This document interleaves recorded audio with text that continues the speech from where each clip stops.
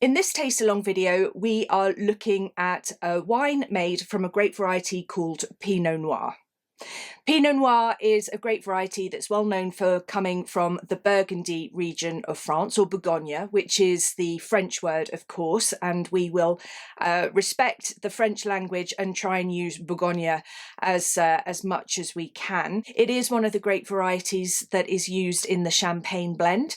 You'll also find it in the Loire Valley. Pinot Noir also comes from around the rest of the world though, New Zealand, for example, the USA. It does prefer a cool climate where it keeps its freshness and that lovely bright red cherry fruit that it has become known for. So it is mainly restricted to cooler parts of the world. Our particular expression that we're tasting in this video is from Burgundy or Bourgogne.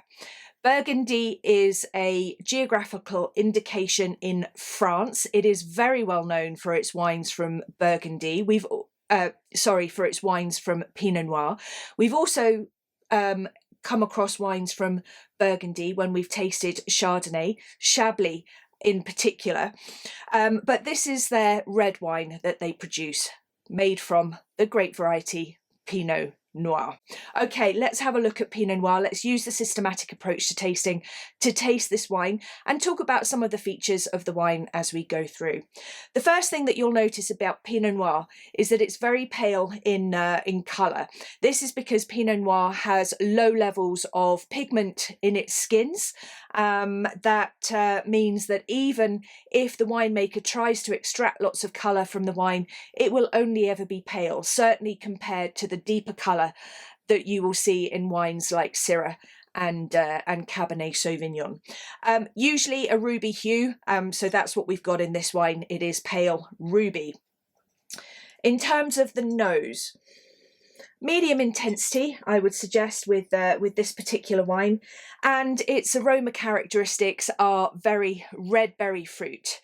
So we have got some strawberries, some raspberries, we've got some cherries. There is a little bit of spice in here, some cinnamon spice, some clove as well, perhaps some nutmeg.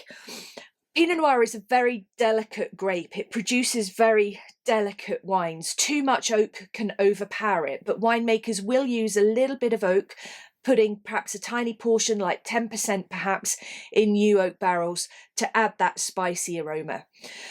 The remaining wine will probably go into old barrels or maybe even just an inert tank like stainless steel or concrete, but oak never dominates or rarely dominates Pinot Noir. So this is a great wine to suggest to people who might not appreciate too much oak in their wine. Okay, so that's the nose, mainly primary, a little bit of secondary. Our vintage is a 2023, so we've not got any tertiary aromas in this wine just yet. Okay, the palate.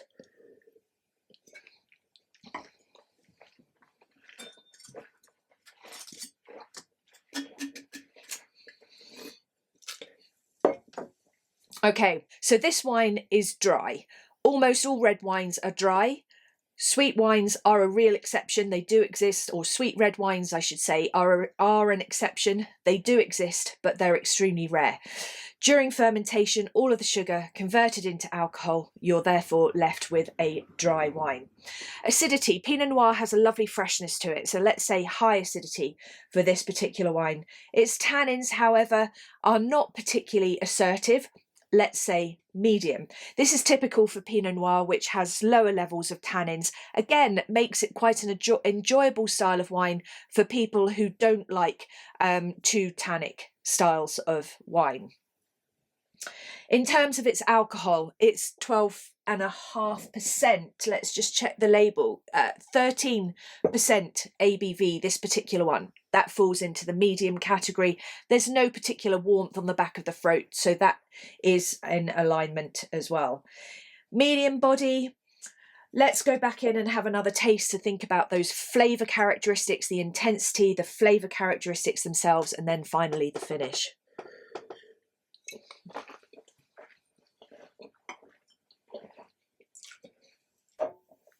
Okay, so flavour intensity, same as the nose, medium.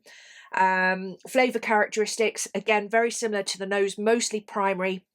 We've got some red berry fruits, cherry in particular, some strawberry, some raspberry. We've got that little bit of delicate spice in there as well. Nutmeg, clove, and cinnamon, which comes from that little bit of oak maturation that this wine experiences. It's got a medium finish. So now we can draw our conclusions. I would suggest this is a good quality wine. It's not overly complex. It hasn't got particularly long finish, and it has a medium level of intensity. So it's pretty much medium all the way through. So let's describe this as a good quality wine.